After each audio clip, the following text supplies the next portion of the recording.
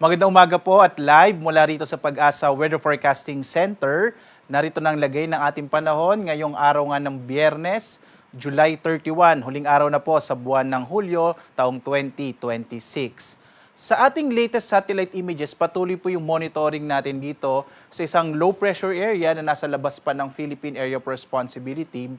Ngayon, malit pa rin yung posibilidad na ito ay maging bagyo, pero inaasahan natin na papasok ito ng Philippine Area of Responsibility either today po or bukas. Pero makikita nyo itong trough, ito yung mga kaulapan, nakabuntot po nitong low pressure area. Ito magdadala ng maulap na kalangitan at malaking posibilidad ng mga pag-ulan sa malaking bahagi ng Visayas, maging dito sa may lalawigan ng Masbate, gayon din sa may area, sa may silangang bahagi ng Mindanao, yung Caraga, Davao Region, maging sa South Cotabato at Sarangani. So mag-ingat po sa mga posibilidad ng flash floods at landslide dito sa area kung saan nakaka-apekto naman yung trough o yung extension nitong low pressure area. Samantala, inaasahan din po natin itong bahagi naman ng Luzon. Makikita niyo wala po masyadong mga kaulapan ngayon. Kaya ngayong araw, generally fair weather ang mararanasan sa malaking bahagi ng Luzon. Maging dito sa may kanlurang bahagi ng Mindanao. Maliban na lamang, pagdating po ng hapon hanggang sa gabi, meron pa rin mga localized rain showers and thunderstorms. Yung huling lokasyon po nitong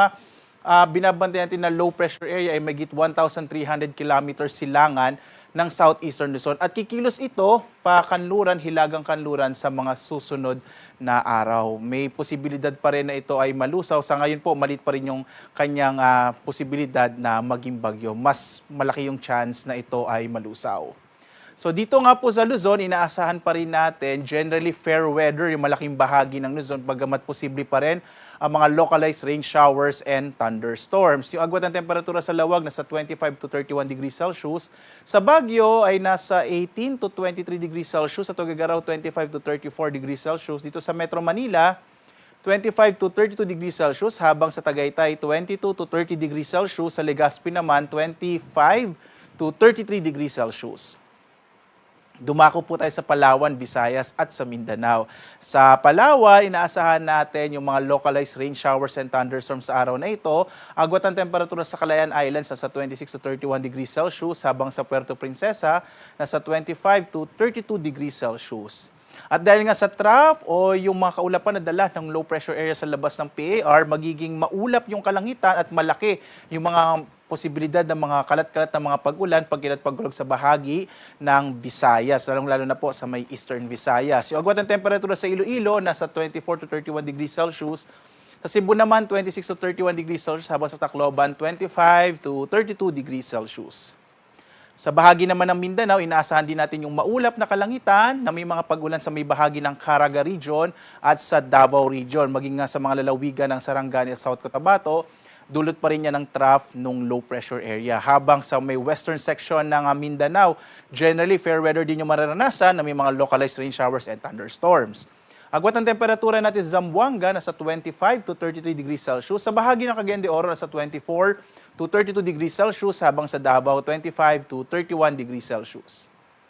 Sa lagay naman po ng ating karagatan, inaasahan natin banay hanggang sa katamtaman na magiging pag-alon ng ating karagatan. Wala po tayong naka-issue na gale warning sa kasalukuyan. Ibig sabihin, ligtas sa pumalaot ang mga sasakyang pandagat at mga bangka sa mga baybay ng ating bansa.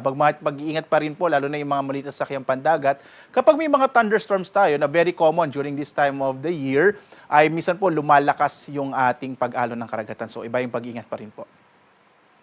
Narito naman ating inaasahang panahon sa mga susunod po na araw. So makikita po natin this weekend, bukas, araw ng Sabado hanggang Linggo, kalat-kalat na mga pag-ulan pa rin mararanasan sa may bahagi ng Visayas at ilang bahagi ng Mindanao dahil magpapatuloy yung epekto ng trough ng low pressure area, or pwedeng yung low pressure area mismo yung magpapaulan sa may bahagi ng Visayas at ilang bahagi ng Mindanao. Pagdating po ng Lunes hanggang Martes, inaasahan naman natin yung silangang bahagi ng ating bansa dito sa Bicol Region, Eastern Visayas, Caraga at Northern Mindanao, magiging maulan naman dahil po merong isang bagyo na nasa labas pa ng Philippine Area of Responsibility. May international name ito na Dolphin. Hindi naman ito papasok ng PAR. Sa ngayon po, ang tutumbukin nito ay yung bahagi ng southern part ng Japan. Medyo malakas po itong bagyo na to, pero nasa labas ito ng PAR.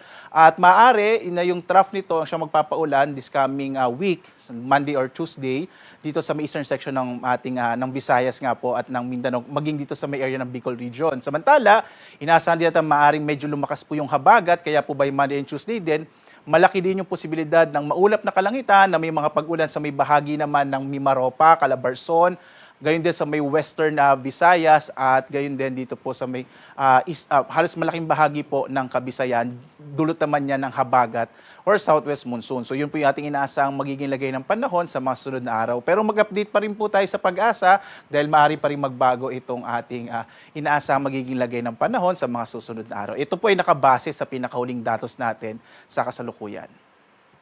Samantala, ang ating araw ay sisikat mamayang 5:39 na umaga at lulubog, ganap na 6:26 po ng gabi. At sundan pa rin po tayo sa itong iba't ibang mga social media platforms sa X, Facebook, YouTube at sa dalawang websites ng Pag-asa.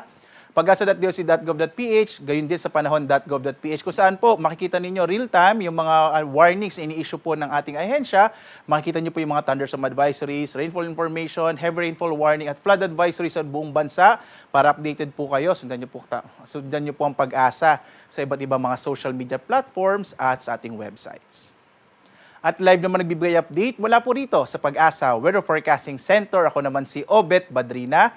Maghanda po tayo lagi para sa ligtas na Pilipinas. Maraming salamat po. Have a blessed Friday sa inyong lahat.